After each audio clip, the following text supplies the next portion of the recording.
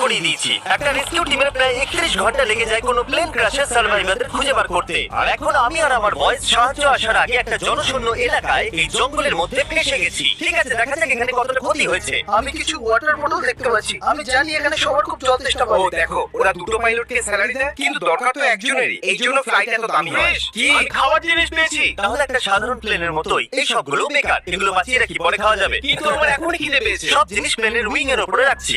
এখানে উঠতে খুব মজা হবে। যত খাবার আর জল একটা সাধারণ প্রাইভেট জেটে রাখা হয় আমাদের বেঁচে থাকার জন্য, এখানে ততগুলোই আছে।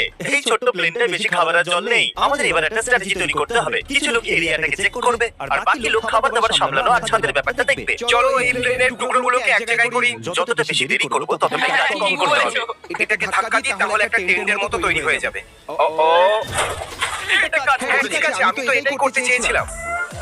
আমরা আসলে এখানে কি খোঁজার চেষ্টা করছি?